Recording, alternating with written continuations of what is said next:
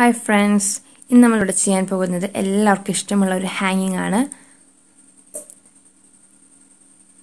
സ്കർട്ടിനൊക്കെ അതിമനോഹരമാക്കാൻ പറ്റുന്നതും അതുപോലെ ബ്ലൗസിനായാലും തന്നെ നമുക്ക് ചെയ്യാൻ പറ്റുന്ന ഒരു ഹാങ്ങിങ് ആണിത്. നമ്മൾ അതിനായി ഇവിടെ എടുത്തിരിക്കുന്നത് ക്രോസ് പീസ് ആണ്. ക്രോസ് പീസ് നമ്മൾ ജോയിൻ ചെയ്തിട്ടുണ്ട്. കാരണം ലെങ്ത് നമുക്ക് അത്ര കിട്ടുന്നില്ല. അതുകൊണ്ട് നമ്മൾ ജസ്റ്റ് ഒന്ന് ജോയിൻ ചെയ്ത് കൊടുക്കുന്നുണ്ട്. 1.5 ഇഞ്ചിന്റെ നീളത്തിലുള്ള ക്രോസ് പീസാണ് എടുത്തിരിക്കുന്നത്. നമ്മൾ 1/4 ഇഞ്ച് വീതിയിലാണ് ഫോൾഡിങ് ചെയ്തിട്ട് അടിച്ചു കൊടുക്കുകയാണ് ചെയ്യുന്നത്. നമ്മൾ എഡ്ജ് വശം ഒന്ന് സ്റ്റിച്ച് ചെയ്ത് അവസാനിപ്പിക്കണം. അതിനുശേഷം 4 അഴ നൂല് ഉപയോഗിക്കുകയാണ് ചെയ്യുന്നത്. 4 അഴ ഇല്ലാന്നുണ്ടെങ്കിൽ നമുക്ക് ഡോറി ത്രെഡ് ഉണ്ട്. അതായത് നമ്മൾ പൈപ്പിങ്ങിനൊക്കെ ഉപയോഗിക്കുന്ന ത്രെഡ് ഉപയോഗിച്ചിട്ടായാലും നമുക്ക് ഈ ത്രെഡ് നമുക്ക് ഉൾട്ടാ ചെയ്യാം. അതിനായിട്ട് ഒന്നെങ്കിൽ നമുക്ക് 4 അഴ നൂല് ഉപയോഗിക്കാം. അല്ലാത്ത വണ്ണം നമുക്ക് ഈ 1/4 ഇഞ്ച് അടിക്കണേറ്റ് മുന്നേ തന്നെ നമുക്ക് അതിൻ്റെ ഉള്ളിൽ കൂടെ ഒരു പൈപ്പിംഗ് ത്രെഡോ ഡോറി ത്രെഡോ കയറ്റാവുന്നതാണ്. അല്ലാന്നുണ്ടെങ്കിൽ നമുക്ക് ഇങ്ങനെ തന്നെ ചെയ്താലും മതി. 4 ഇഞ്ച് നൂല് ഉപയോഗിച്ചിട്ട് നമ്മൾ എഡ്ജിലേക്ക് ഇട്ടിട്ട് കൊടുക്കുക. അതിനുശേഷം സൂചി നേരെ ഉൾട്ടായി പിടിച്ചിട്ട് അങ്ങോട്ട് നമ്മൾ ഈ പാൻറ്റിൻ്റെ ഒക്കെ ത്രെഡ് കയറ്റുന്ന മാതിരി അങ്ങോട്ട് കയറ്റി കൊടുക്കാം. അതിനുശേഷം കൈകൊണ്ട് പതിയെ ഒന്ന് തിരിച്ച് നമുക്ക് ഈ നൂല് പുറത്തേക്ക് എടുക്കാം. നല്ല ഫിനിഷിങ്ങോട് കൂടിയിട്ട് എടുക്കാം. നന്നായിട്ട് പ്രസ് ചെയ്ത് വലിക്കാതിരിക്കുക. കാരണം നന്നായിട്ട് വലിക്കുമ്പോൾ ഉള്ളിലുള്ള നൂല് കനലാന്നുണ്ടെങ്കിൽ പൊട്ടാൻ ചാൻസ് ഉണ്ട്. നമുക്കൊരു തുമ്പ് കയ്യിൽ കിട്ടുകയാണെന്നുണ്ടെങ്കിൽ എത്രയും വേഗം നമുക്ക് വലിച്ചെടുക്കാവുന്നതാണ്.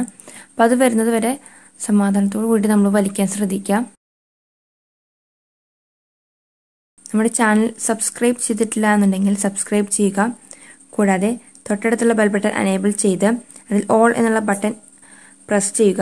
എങ്കിൽ മാത്രമേ ഞാൻ അപ്ലോഡ് ചെയ്യുന്നുള്ള പുതിയ വീഡിയോസിൻ്റെ നോട്ടിഫിക്കേഷൻ നിങ്ങൾക്ക് ലഭിക്കുകയുള്ളൂ.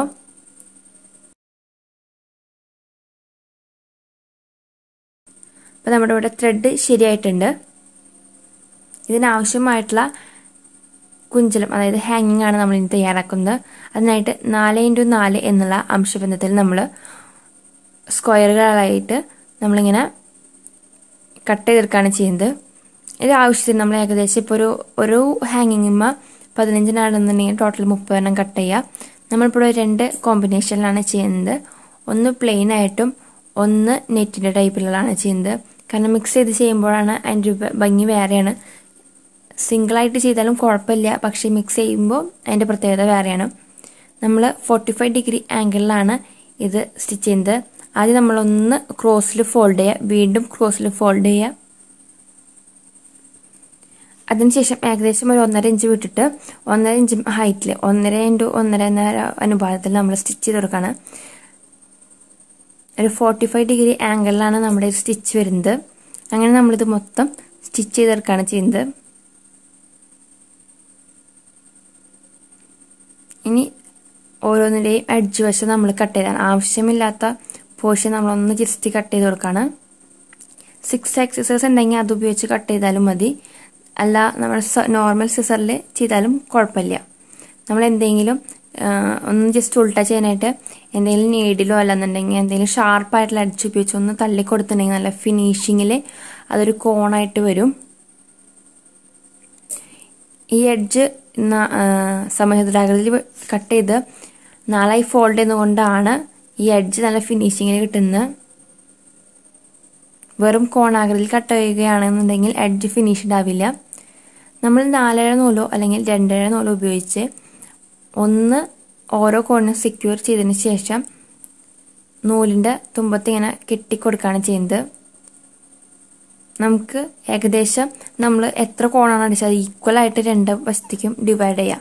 ഇപ്പോൾ 10 ആണെന്നുണ്ടെങ്കിൽ 5, 5, 15 ആണെന്നുണ്ടെങ്കിൽ 7, 8 അങ്ങനെ ആയിട്ടാണെങ്കിൽ ഇരട്ട സംഖ്യയിൽ നമ്മൾ മാക്സിമം കോണുകൾ ചെയ്യാൻ നോക്കാം. ഇപ്പോൾ ഒരെണ്ണം കൂടിയെന്ന് വെച്ചാൽ നമുക്ക് കുഴപ്പമൊന്നുമില്ല. കാരണം ഇങ്ങനെ കിടക്കുന്നത് മനസ്സിലാവില്ല നമുക്ക് ഒരെണ്ണത്തിൽ കുറവുണ്ടെന്നുള്ളത്. കുറയാതിരിക്കാൻ പ്രത്യേകം ശ്രദ്ധിക്കാം. ഇങ്ങനെ നമ്മൾ കെട്ടുന്ന നൂല് നല്ല ടൈറ്റിൽ കെട്ടാൻ ശ്രദ്ധിക്കുക. ചിലപ്പോൾ വലിച്ചാൽ പൊട്ടാൻ ചാൻസ് ഉണ്ട്.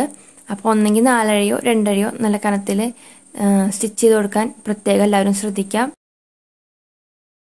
നമ്മൾ ഒരെണ്ണം പ്ലെയിൻ ആയിട്ടുള്ള ഫാബ്രിക് കഴിയുമ്പോൾ ഒരെണ്ണം നെറ്റിൻ്റെയാണ് വെക്കുന്നത്. നമുക്ക് പ്ലെയിൻ ആയിട്ട് വെച്ച് പോയാലും കുഴപ്പമില്ല. ഞാനിവിടെ 2 കോംബോയിലായിട്ട് ചെയ്ത് കാണിക്കുന്നതാണ്. സിമ്പിളായിട്ടുള്ള 2 ഡിസൈൻ. അതായത് നമുക്ക് ഒന്നെങ്കിൽ നെറ്റ് അല്ലെങ്കിൽ പ്ലെയിൻ. ഇത് രണ്ടും കൂടി മിക്സ് ചെയ്ത് വെക്കുമ്പോൾ ഉള്ള ഭംഗിയും വേറെയാണ്.